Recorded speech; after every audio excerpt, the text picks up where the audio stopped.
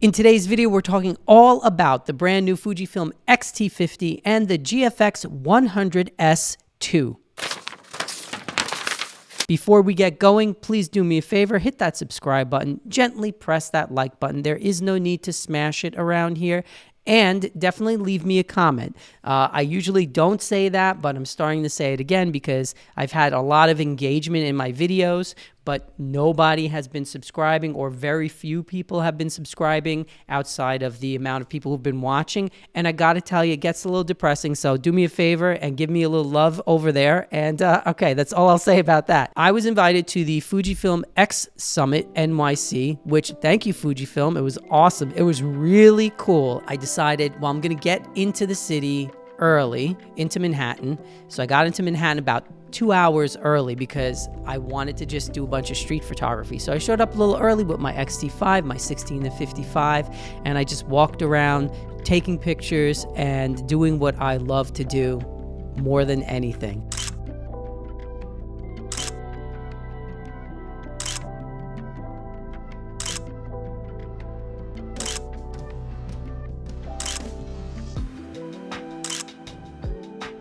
Here's the one caveat of this video. I didn't have a lot of time with any of the gear. I only had a few minutes with each camera. So this is really a first impressions video. For now, I just want to tell you my first thoughts, and we'll take it from there. So let's talk about the X-T50 first, and I will show you images as well after we talk about the camera. X-T50, very small, it's very light. When I picked it up, I felt like, wow, it is considerably smaller than my X-T5. Now, it might not look that way on paper, like if you look at the size one next to the other, but it feels considerably smaller and lighter. Same thing with the new 16-50 lens. It feels very tiny. And the one thing I'm going to say is I wasn't really as much of a fan of the new shape of the camera as I thought I would be. On paper. Again, in person, the camera looks really cool, don't get me wrong, but it just doesn't look like it looks less retro inspired than we're used to as Fuji shooters. So that's something you should keep in mind, because they've really eliminated the boxy shape of the camera. It has rounded corners. It looks beautiful. It seems very nice and well made, and everything was cool in that regard. It felt pretty similar to the X-T5 as far as the way it handled or whatever, as you know, buttons and stuff like that, but it felt a lot smaller, and it just doesn't really look as retro. It looks a little bit more like, I don't know what, but it's cool looking. I don't know if you may or may not care about that, but that was my first thought. Second thought is the film sim dial. Now, I don't mind the film sim dial. I think it's fine. If I were to purchase that particular camera, for me, it would be something I only use for like family and street photography anyway. I'm not going to be using it in my studio, so I'm not going to be using it in that regard. It's going to be, or even for location studio shoots. It would just be more of a fun camera for me. And it's going to take great images, but I'm constantly changing my film sims. Like, I wandered around the streets of New York with my camera, and I was constantly going into the menu and changing the film sims, which, of course, you press one button, you know, on the D-pad and you scroll to it. It's not the end of the world, but I could see where that would appeal to a street photographer or someone who's heavily using JPEGs and film sims. However, really the problem or the concern when it comes to like the new dials, and if you haven't seen Camera Conspiracy's video about Fuji's like layouts of their cameras and the designs, it's hilarious. You should check it out because he's right on the money. Every camera Fuji puts out, they just want to redesign everything, and I'm over here like, I want to pick up the camera and know where everything is and not have to relearn an interface. One of the big annoyances of going from one Fuji camera to another for me has been like, there's something that's always here and now it's not there when you look for it. Or the AF joystick options work differently, for instance, in the X-T5 over the X-T4. Why? Make them all the same. Or one camera you can, you know, map the eye selection to left, right eye, manually select, and one camera you can't. So that was the thing that I've had problems with the few minutes I had the camera. I couldn't figure out how to put it on manual. So I was over there like, how do I get, I mean, I should be able to figure that out pretty easily after shooting with Fuji cameras for a couple of years here, but I couldn't. So that was annoying.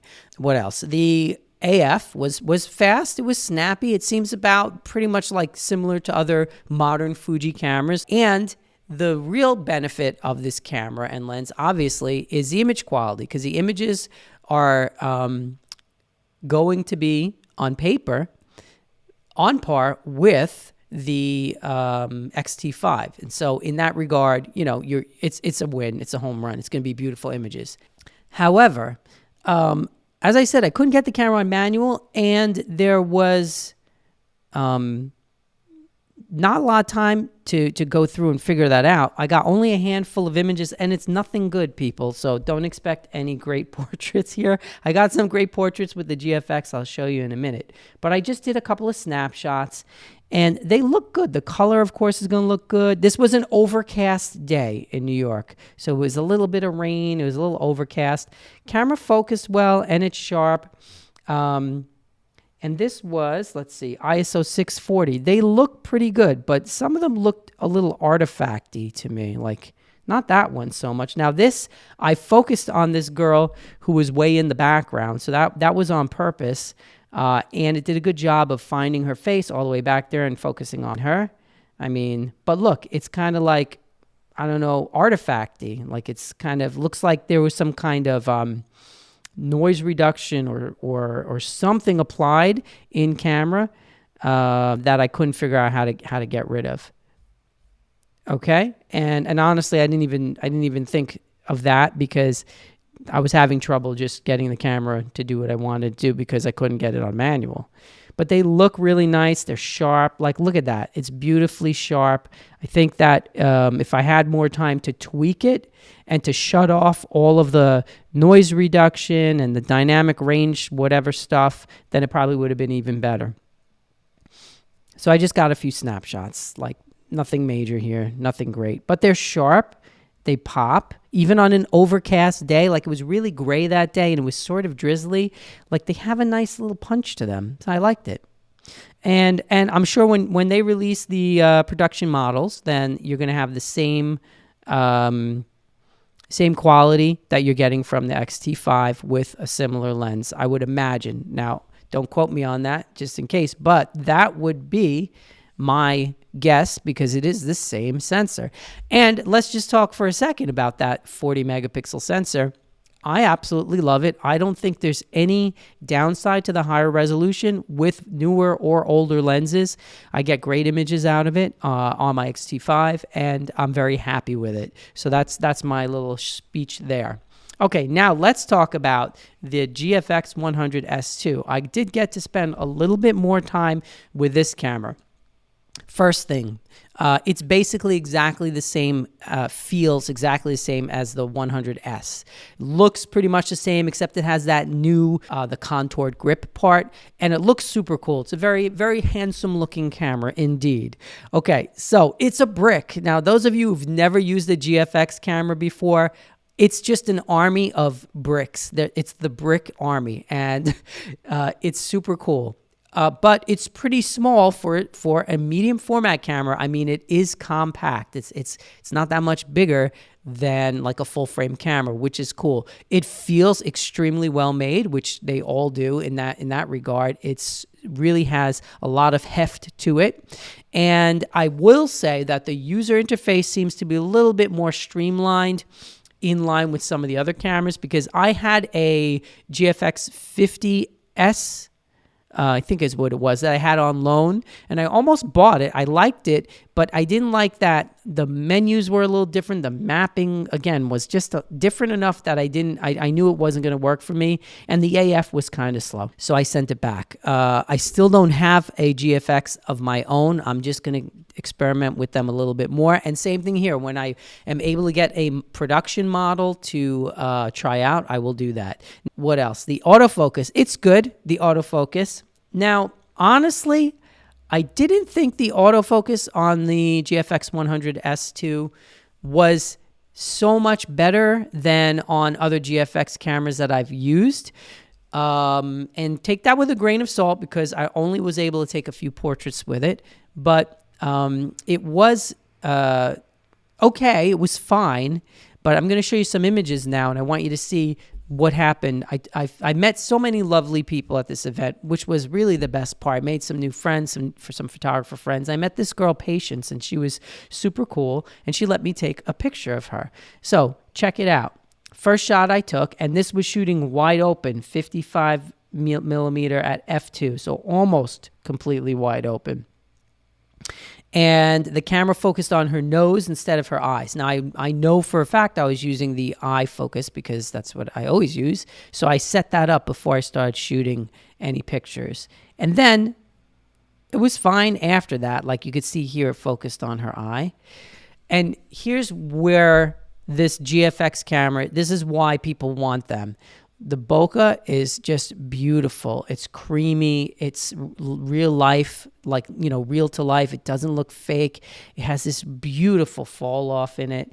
And the image quality is just insane. Now, remember, this is a JPEG image. So I zoomed in and check it out. You could see me taking her picture in her eye. How crazy is that? And this, again, is a JPEG. I didn't get any RAW files. The colors are so beautiful and so nice. And the camera is just, those GFX cameras are just a joy to shoot with. But they're not, you know, they're not going to give you the fast, snappy autofocus still of, say, a Canon R5, which is one of the cameras I use in my studio. Like that thing will lock onto an eye. You don't even have to think about it. It's super fast. This is still not there yet. It's better than the older ones, I would say. Maybe by a little, but it didn't seem like a monumental difference to me. Don't judge it too harshly because I didn't get that much time with it. Here's another portrait I took of a fellow photographer. And again, super sharp, like really nice. Look at that beautiful bokeh. And the colors are just, they're just so good. You don't have to do anything. Here's another one. This is a guy I met who's a really cool photographer that shoots Leicas. And we kind of hit it off. We were hanging out, talking gear. So he let me take his portrait. And beautiful bokeh, beautiful color. This is what we want and expect from GFX. So to me, it's still the ultimate portrait camera. Look at it, ISO 80 and f2 and 110 millimeters. So really nice. Check that out. Like you could see every detail. It's just beautiful. And I wonder, can I see myself in his eyeball? Well, yeah, you can sort of see me in there. And then they had a model there, and she was like standing under these red tube lights, which just I thought was weird, but anyway. But it started raining, so she pulled out her umbrella, so I snapped a few shots of her with the umbrella. But that's why she's sort of red.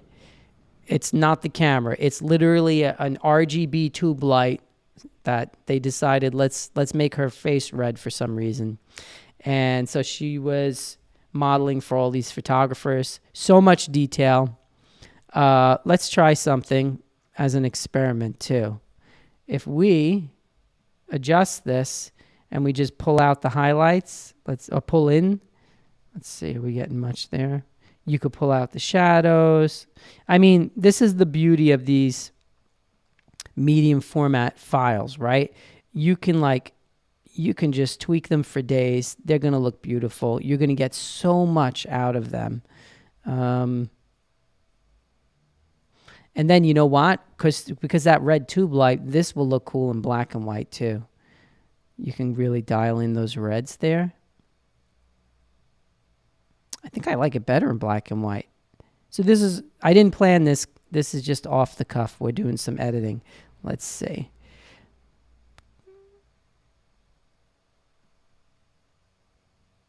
All right. And then I like my pictures to be punchy. So look, this is what's so cool. And this is a JPEG file, right?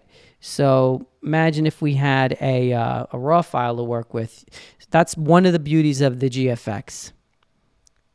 Yeah, I definitely like black and white. What do you guys think? Black and white color? I just wasn't a fan of the red tube light on her face. I didn't think you needed that, you know? She was a beautiful girl, and you could just give her a nice light. There you go. Black and white. That's it for me. Okay. So there you have it. Now, those are the images I took. I had a lot of fun. It was a learning experience. But as I said before, we're still talking pre-production models and only JPEGs and only a few minutes. So I wouldn't make any harsh judgments about stuff yet. All right, let's wrap it up because I don't have anything else to say and I don't want to keep rambling on and wasting your time. Once again, don't forget to subscribe to my channel. Drop a comment. Let me know if you've tried any of this gear or what you think about the new gear. Don't forget to hit the like button. That does help the video as far as recommending it and all of the algorithmic things that we have no control over from our overlords in YouTube land. And yeah, that's it. Here's wishing you an awesome... Oh, wait, I forgot one important thing. Make sure you visit my sponsor, my best sponsor, B&H Photo. B&H has been such a great partner to me, and they really treat small YouTubers like me really well. They're great to us. They've been great to us. And you're going to get the best price and the best gear and the fastest shipping. So you might as well just go to B&H in New York City or just have them ship it to you wherever you are. And they're the best. So check them out. Check out my gear in the description below. Here's wishing you all an amazing day. Just an absolutely fabulous day. Go out and take some great pictures. I will see you in the next one. Peace. In today's video, we're talking all about the new Fuji gear. In today's video, we're talking all about the brand new Fuji gear, the